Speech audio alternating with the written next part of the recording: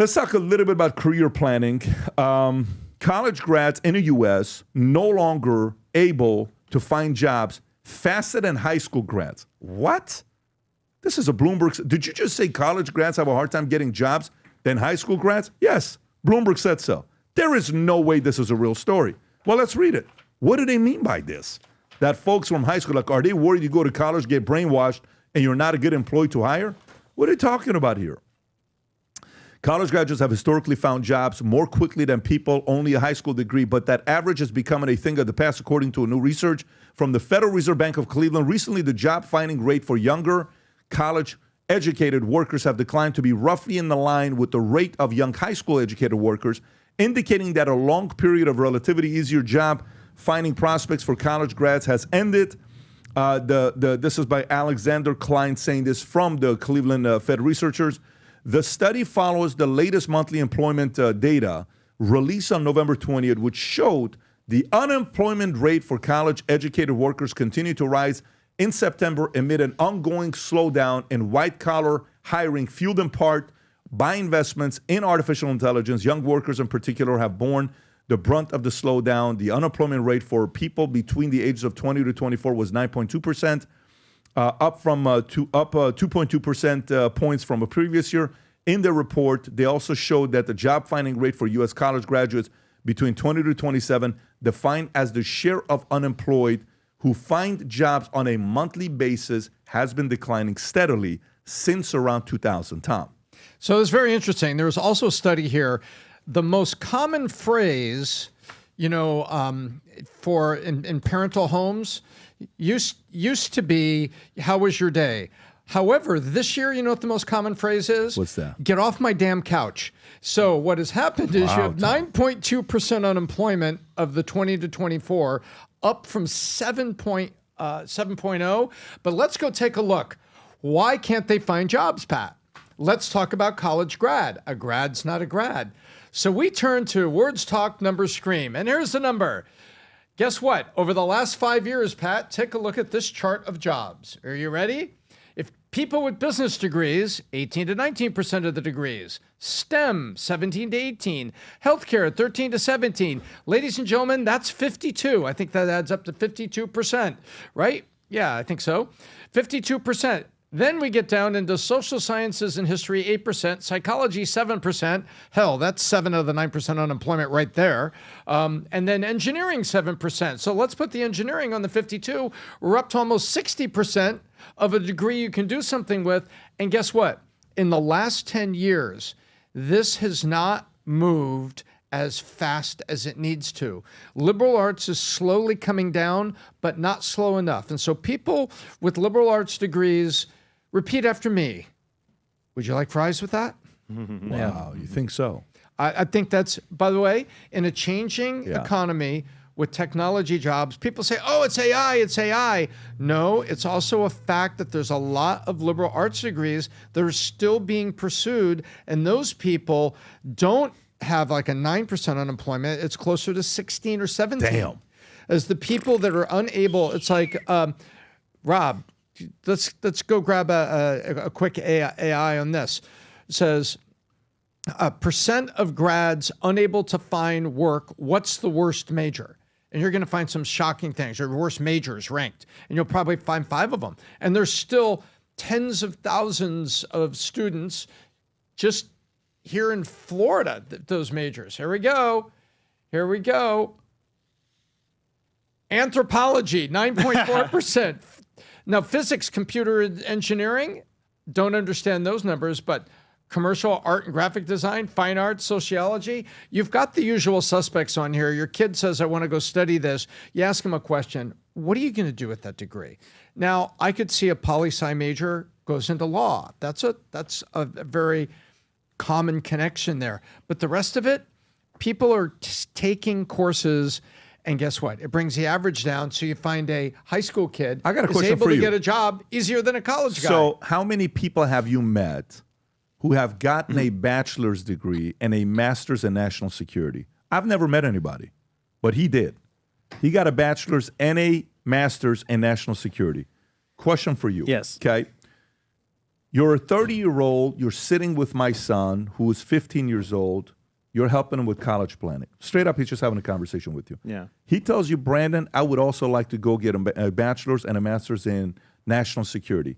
What do you advise him? I would say don't do it, and that I do regret doing it. I mean, it helped me in some ways, but initially I wanted to go into the CIA, but I didn't know as much about the CIA when I first started college as I did by the end of it. And then by the end of it, I ended college most qualified for jobs that I did not want to do. Like I was like all my friends went to work for government, like NSA, CIA, Homeland Security, all that. Your friends did? Yeah, like that were my class and stuff. Yeah. And I could have gotten all those things, but I lost complete interest in that. When did you lose the interest? During the 2016 election, actually, because I kind of saw like a nasty side of the government, like, and that's like my senior year. So that kind of flipped me, and I went to the private sector instead and did like global security for a pharmaceutical company.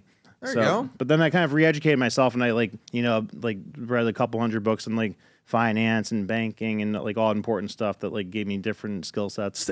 So let me, if you went to school, because you're an incredible student, the way you study and read is just absolutely so impressive on what you do, and I really enjoy the conversations with you. But what would you say these degrees would be worth my time and the investments? What would you say would be worth it? I'd say either STEM or a trade. Like I was looking at some stats. Like there's like a 500,000 shortage of plumbers in the U.S. There's a couple 100,000 shortage of HVAC, electricians, carpenters. So either stuff like that if you're not going to go to college, or something like STEM. Like would you have done? Do you think an MBA is worth it from a good school? Yeah, I mean, if you want to be an employee, and like it gives you like I think an average of $30,000 more per year that you end up making, and it gives you a good. But I think there is like a handful of books you could read that'll give you just as much, if not more, than an MBA faster. To be honest, do you think an MBA is still worth it, Paul? Do you think an MBA from a good school is still worth it? I'm not big on where our education system is right now, at least on the advanced levels. You look at how Elon selects his engineers. In most cases, that's not the first thing he's looking at, is what their graduate degree is. He's looking at their capability in terms of how they can manage code, what their ability is in terms of being managed. I think that's a big issue. And also, I think timing is unfortunate for a lot of these grads, because we are in a position right now. We, in our own business, have already started to reduce hires because of AI.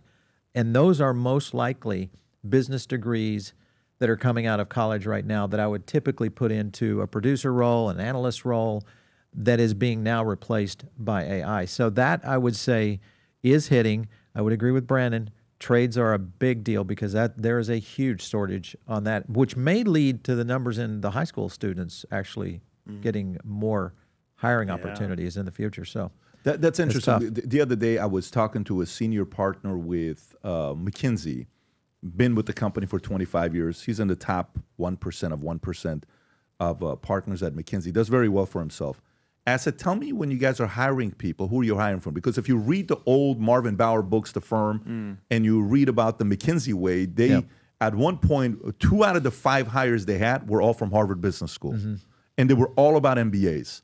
And I'm speaking to him like, so are you guys still in that way of thinking? Is it still going and getting Harvard grad? And well, he says, you were having more success sometimes from bringing people in from University of Texas. So what do you look for? He says, one, SAT about 1,400 is what they look at, McKinsey. Number 2 was IQ, math on your feet, case study questions. How do you respond in a moment of pressure? So they ask questions in a moment, and they kind of try to find a way to rattle you a little bit to see how you address it. But it's math questions. So you got a company that's doing X, Y, Z, and here's what they're going through. How would you handle this if they came up to you and they wanted you to do some engagements for them? Well, I would ask them this, I would ask them this. Okay, and then you give them answers. Here's probably what I would do. It's lazy. That's pretty interesting what he just said right there. And then last but not least, what they looked at, and this is very important for everybody that's watching this, is leadership and impact in non-business activities. Leadership and impact, his words, in non-business activities. What did that mean? They valued military service. They valued public service. They valued that if you were part of a fraternity, what did you do? What role did you play? How did you contribute back to society? Because they want to hire people that are good human beings, that are for service. And generally, when somebody wants to volunteer for a church or for a charity or for something, you're coming from a place of service. So if somebody's watching this and you're saying, what can I do to position my kids to one day, be able to get jobs? Maybe as parents, we need to do a better job asking case study type questions. You go to a restaurant You sit down, and you're in a corner.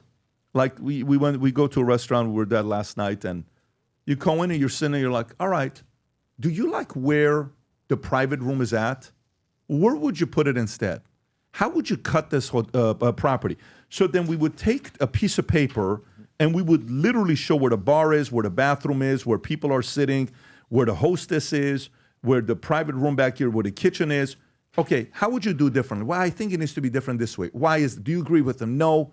What would you do I would put it over here. Why would you do that?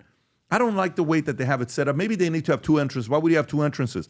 This is getting them to be asking and thinking and processing issues. And by the way, the more they think this way, the more you're getting them to be thinking like a consultant. 2 weeks ago, we're in Newport Beach at Pelican Hill. We did something we've never done before. At the end of our last day, these are CEOs doing between 10 million to $500 million top line revenue. Successful folks. These are, they're successful all over the world. They're coming from Mexico, Canada, you name it. They're from all over the world. And the last day, we said, how often do you work on your business versus in your business? Were you there with us? You would have loved it. Yeah. How often do you work on versus in your business? Well, I'm this, I'm that. I said, okay, great. Let's see how good your brain is to say things like, have you thought about doing this? What if you did that? What would you guys, when's the last time you guys, how often do you go to this? Are you in that method of speaking to somebody, or is it just in, what are our numbers? What do we have going on? How many complaints do we have? How much business came through today? Which is fine, but that's in. So we took two businesses. Say you're a roofing business doing $160 million a year. Mm-hmm. We put him with him. Say he's got a mutual fund company with $1.5 billion of money under management. We put you in a group together.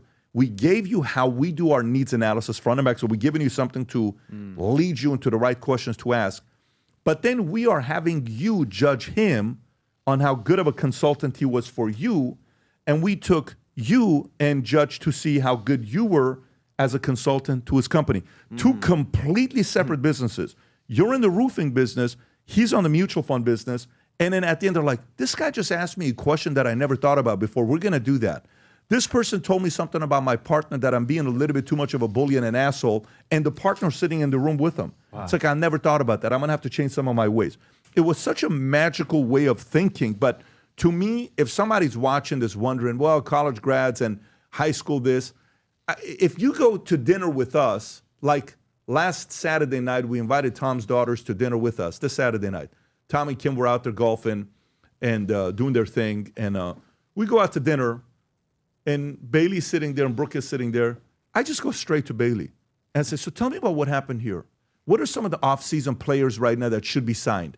What do you think about this guy that your father keeps talking to me about from the Pirates, who is apparently the best pitcher in the league? Mm-hmm. He had an ERA of under 2, 1.7, 1.8, and he won the Cy Young, unanimous, I think, got 18 votes. Nobody else got a first-place vote. How special is this guy? Pat, this guy's special. How special is he? Tell me why. Well, according to this is that. It should be these types of conversations. So when I sit there and interview somebody and I'm asking them in an interview, I'm like, I like this guy. This guy can think that way versus no. So if this is a muscle that can be learned for people to be able to process. 2026 is around the corner. And for some of you guys that have a dream, you have a vision, you have something that you get excited about, this is something I want to share with you that I was excited about. For 3.5 years, I kept telling my kids, one day, I kept telling my wife, one day. And it all starts like this with a decision and a plan. I want you to watch this video. Go ahead, Rob. So I want to show you something. For 3.5 years, I would drive past this street and I would look at this property, 11 acres on the airport, one of the last properties of its kind. I said, one day I want to own this property. We eventually bought it. When we did, there was nothing here. I said, I want to build a soccer field here. Boom.